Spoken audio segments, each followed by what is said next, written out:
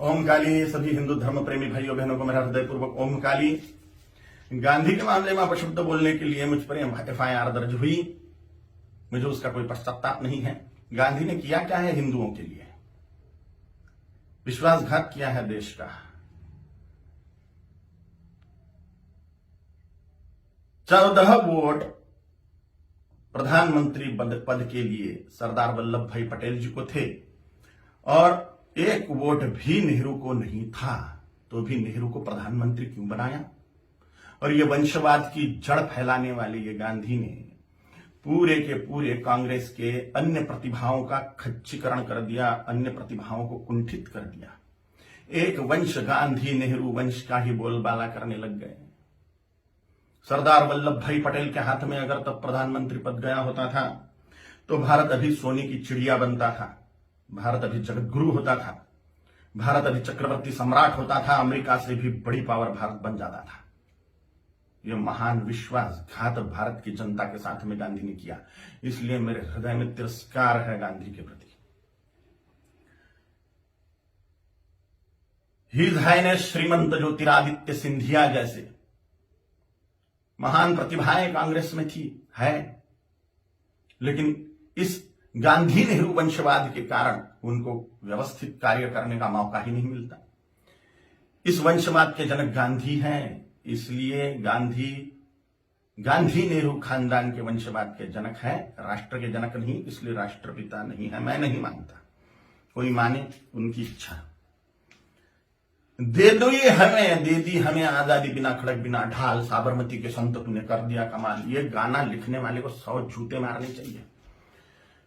भगत सिंह, सुखदेव, राजगुरु, चंद्रशेखर आजाद, सुभाष चंद्र बोस, इन लोगों ने जो त्याग बलिदान किए, फांसी पर लटक गए ये लोग,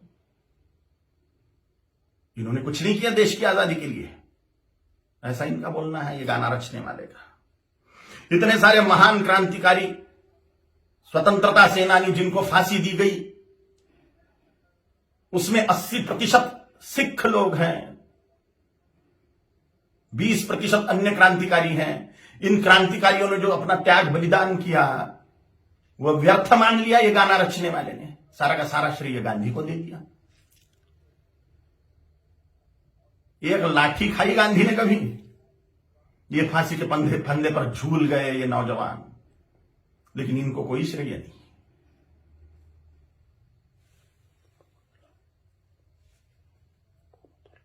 सुखदेव, राजगुरु, भगत सिंह जी की फांसी गांधी रुकवा सकते थे, लेकिन नहीं रुकवाई जानबूझ के, इसलिए तिरस्कार करता हूं मैं गांधी का।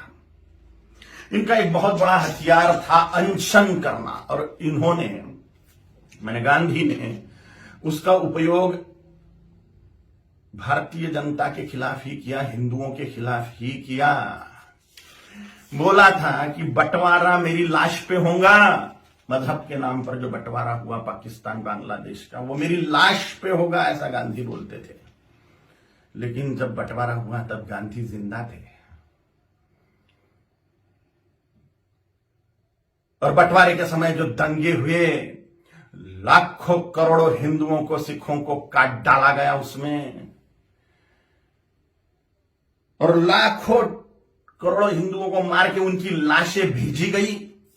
लाखों हिंदुओं को, 27 लाख हिंदुओं को मार डाला गया एक ही दिन में, डायरेक्ट एक्शन डे के दिन, जिन्ना के द्वारा।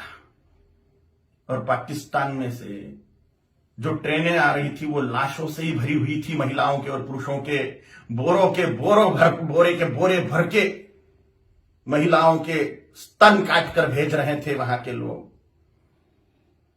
सामूहिक बलात्कार करी हुई महिलाएं, उनकी लाशें, उनके स्तन बोरों में भर के। और यहां गांधी अनशन कर रहे थे कि 55 करोड़ रुपए दो पाकिस्तान को।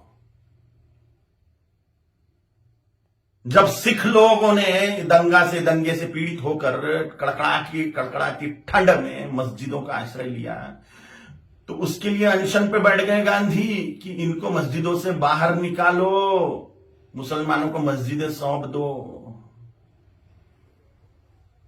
नफरत करता हूं मैं गांधी से, इसलिए भी। पाकिस्तान बांग्लादेश को जोड़ने वाला कॉरिडोर मांग लिया मुसलमानों ने कि भारत को और खाया जाए। गजवाए हिंद के तहत भारत को मुसलमान बना दिया जाए, तो पाकिस्तान और बांग्लादेश को जोड़ने वाला कॉरिडोर, हजारों वर्ग किलोमीटर का कॉरिडोर, इसके लिए गांधी अनशन पे बैठने वाले थे। के शासन को वो दे देना पड़ता था और भारत फिर से बढ़ जाता था।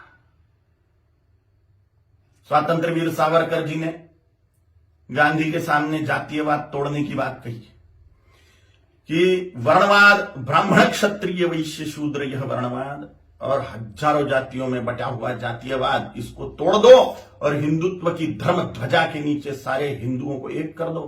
तो गांधी ने इसके लिए ये बात नहीं मानी। ये मांग पूरी करने के लिए अनशन पे नहीं बैठे। उन्होंने कहा जैसा है वैसा रहने दो।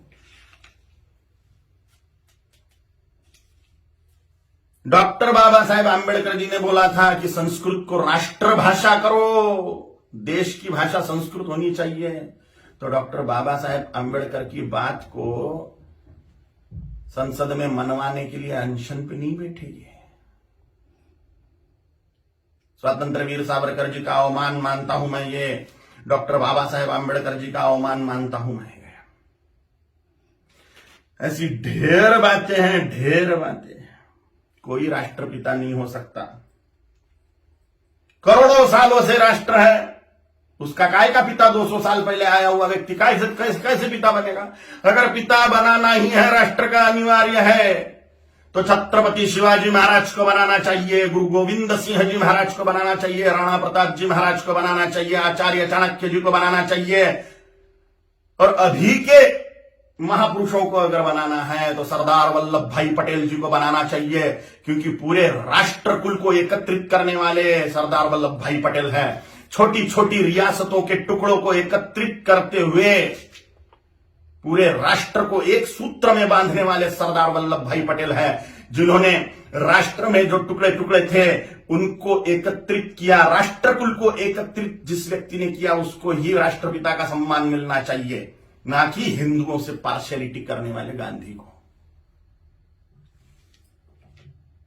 अगर वो कॉरिडोर मिल जाता था पाकिस्तान बांग्लादेश को, तो हिंदुस्तान कब का मुसलमान बन चुका होता था। धन्यवाद है, कोटि कोटि धन्यवाद है महात्मा नाथुराम गोडसे जी को, उनके चरणों में साष्टांग नमस्कार है मेरा कि उन्होंने अपना बलिदान देके हिंदुस्तान को मुसलमान बनने से बचा लिया।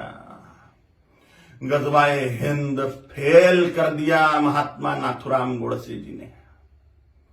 कोटि कोटि धन्यवाद है उनको। महात्मा गांधी नहीं, महात्मा नाथुराम जी गोडसे हैं। और अगर सच बोलने की सजा मृत्यु है तो स्वीकार है। छत्रपति शिवाजी महाराज जी ने, छत्रपति संभाजी महाराज जी ने, गुरु गोविंद सिंह जी महाराज जी ने, राणा प्रताप जी महाराज जी ने अपने पूरे कुल का बलिदान कर दिया हिंदुत्व बचाने के लिए। तो मेरे जैसे तुच्छ जंतुओं का जी के फायदा भी क्या है? अगर धर्म के लिए हम बलिदान नहीं हो सकते तो मर जाए मेरे जैसे करोड़ों कालीचरण हिंदुत्व को बचाने के लिए, धर्म को बचाने के लिए, सनातन हिंदू धर्म की रक्षा के लिए तैयार है हम मृत्यु दंड को पाने के लिए। ओम काली।